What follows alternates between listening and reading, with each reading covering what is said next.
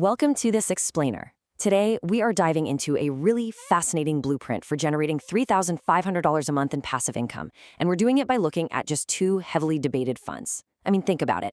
Imagine two totally different retirees. One is spending hours and hours managing this complex web of real estate, bonds, and individual stocks just to scrape together their monthly income. And the other?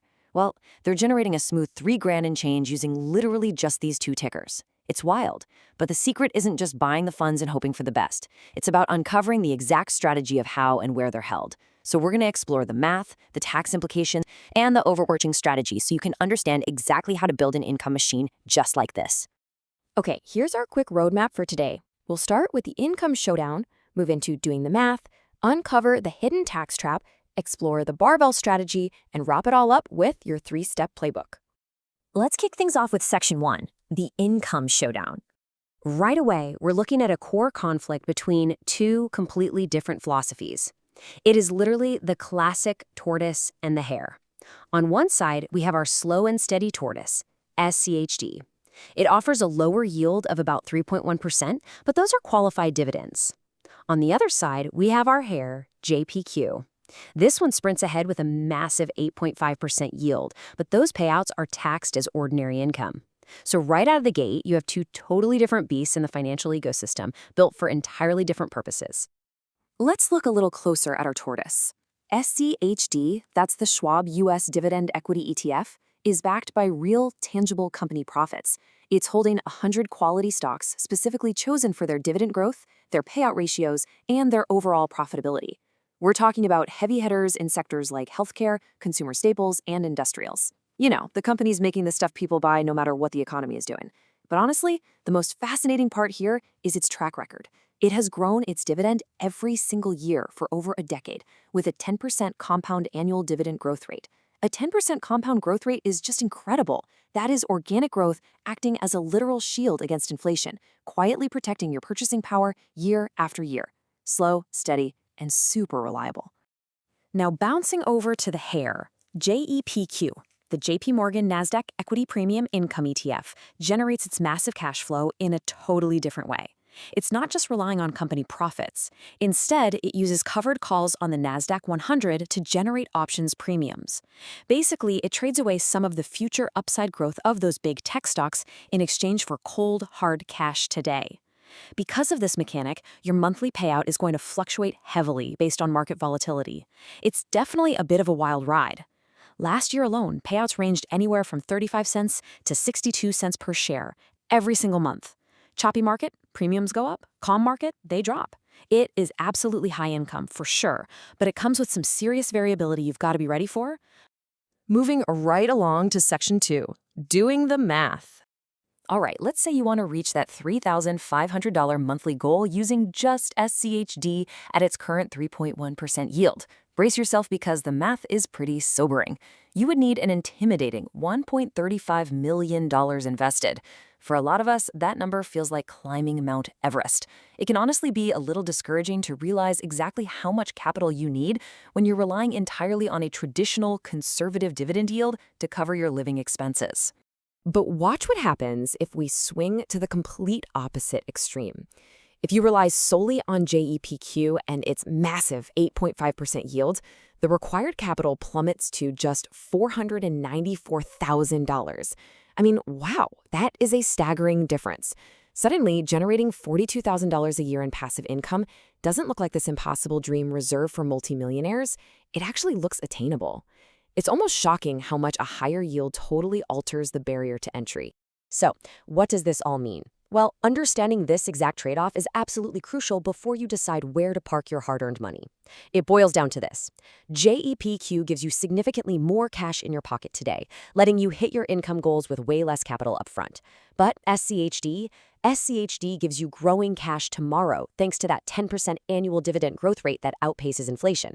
You're basically choosing between immediate, high-octane yield right now and long-term compounding growth for the future. Which brings us to Section 3, the hidden tax trap. And you definitely want to pay attention to this one.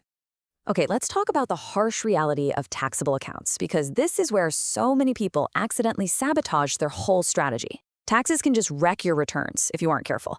If you're sitting in the 22% tax bracket, the IRS is going to chop JPQ's juicy 8.5% yield down to an effective yield of just 6.6%. Why? Because those options premiums are taxed as ordinary income. SCHD, on the other hand, gets way more favorable treatment. Its dividends are qualified, meaning in that same 22% bracket, you're likely only paying 15% in taxes on SCHD, which leaves you with a 2.6% after-tax yield. So to stop the IRS from basically cannibalizing your income, we have a golden rule. Rule number 1, asset location.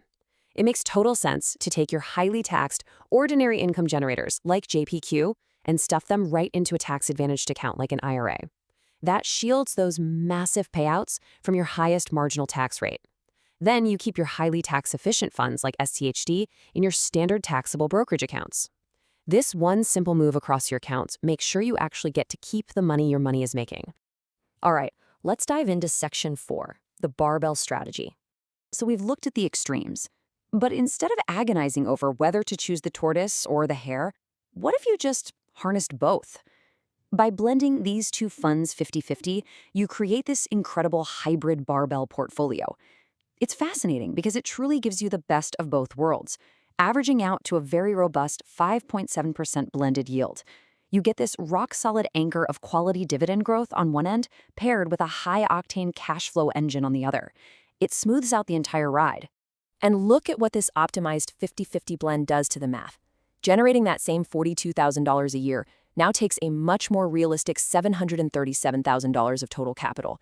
This completely changes the psychology of it all. It bridges the gap perfectly, taking away that immense pressure of trying to save $1.35 million, but also removing the anxiety of relying entirely on the volatile, covered call mechanics of JEPQ. It's balanced, it's resilient, and best of all, it actually feels achievable. I absolutely love this quote because it hits the nail right on the head. Spend JETQ's cash now while SCHD's dividends compound. It's a bridge to the future.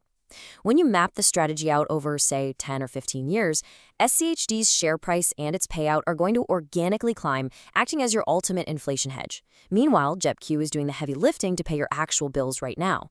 You secure the immediate cash flow you need for today while building this beautiful compounding engine to protect your lifestyle tomorrow. Let's bring this all together in Section 5, your 3-step playbook.